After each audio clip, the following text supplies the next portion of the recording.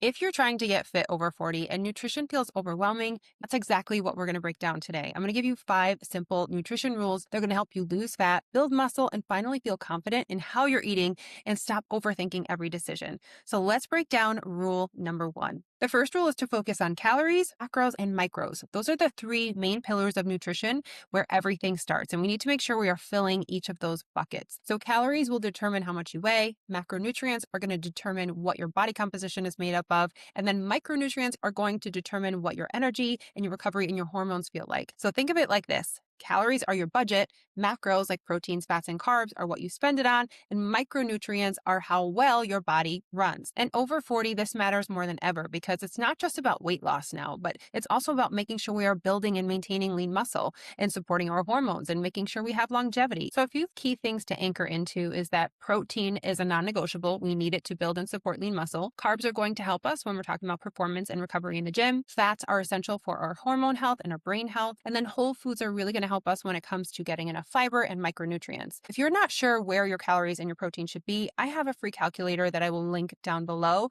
but just make sure that you are focused on those 3 things. Total calories, getting enough protein, and then whole foods so that you get all the micronutrients that you need. Now, rule number 2 is to start your day with protein. If you are skipping breakfast or just not having a healthy dose of protein, I can guess by midday, late afternoon, you are starving and those cravings kick in and it becomes very hard to stay on track. You're eating everything in sight and just never feeling satiated. If you start your day with protein, you stabilize your blood sugar, your cravings are going to reduce, you're going to improve your energy and your focus, and you're going to make it so much easier to hit your protein goal for the day and stay on track. Because think about it like this. If your goal is to have 140 grams of protein and you skip breakfast, now you're trying to cram in 70 grams of protein between your lunch and dinner.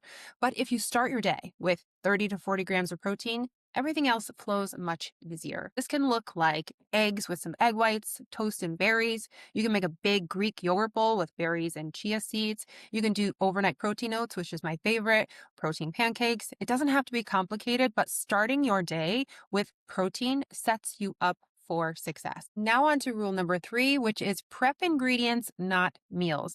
This is where I used to overcomplicate things. I would save a bazillion different recipes from Pinterest or Instagram, never really making them or trying to make them and feeling overwhelmed and then quit altogether. So instead, I shifted to prepping ingredients and just simplified everything. Cook proteins, I prep carbs like rice or potatoes. I wash and chop vegetables and have fruits ready to add to meals. And then I build meals from those ingredients. With those staples, you can build all kinds of different meals with those same ingredients. You can have bowls, wraps, salad. You can mix and match each component and then add different condiments to change it up. You can make it Greek inspired. You can make it Asian inspired, Mexican, Italian, etc. But this gives you simplicity, flexibility, and repeatability. And that allows consistency. And consistency is what it takes to see success. Now on to rule number 4, which is build a routine. So if you are relying on things like fasting, skipping meals, or just saving your calories for later, again, you're setting yourself up to have lower energy, increased hunger, and those cravings that lead to overeating later in the day or on weekends. I have been there. I have done that. But instead, I want you to focus on having some structure to your day. Once you know your calorie target and your protein goal, divide those numbers into 3 to 4 meals per day, whatever you prefer. And then each meal will be anchored with protein and then balance with carbs and fats. So this is going to keep your blood sugar stable. It's going to keep your energy up. It keeps your hunger under control, which is especially important if you are in a deficit and you're trying to lose body fat. Plus, it makes nutrition simple, predictable, and again, repeatable. Finally, on to rule number 5, which is my favorite, and that is to practice the 80-20% rule, meaning 80% of your foods are whole foods and then 20% are fun foods. Going back to the idea that making sure we are filling those nutrition buckets, when we prioritize whole foods, we get fiber, antioxidants, minerals, vitamins, and all of the things we need to feel our best.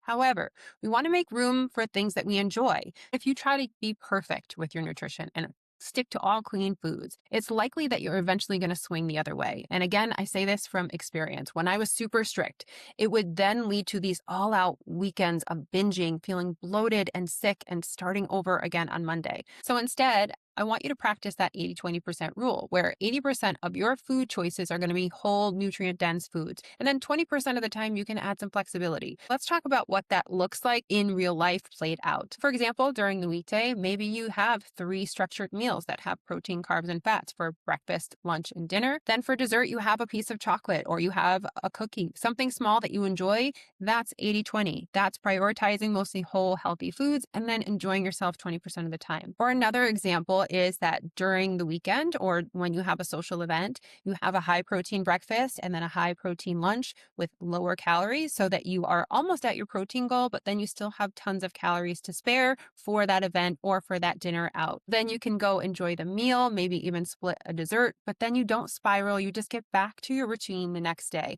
This is how you stay consistent, not by being perfect, but by creating a way of eating that you can actually live with. Remember, we want to build lifestyles, not a diet, because the women who get results over 40 are not the ones who are the most strict. They're the ones that can stay consistent with the basics. I really hope this brought some clarity and some simplicity and some ideas to you on how you can simplify your nutrition so that you can support your goals and look and feel your best over 40.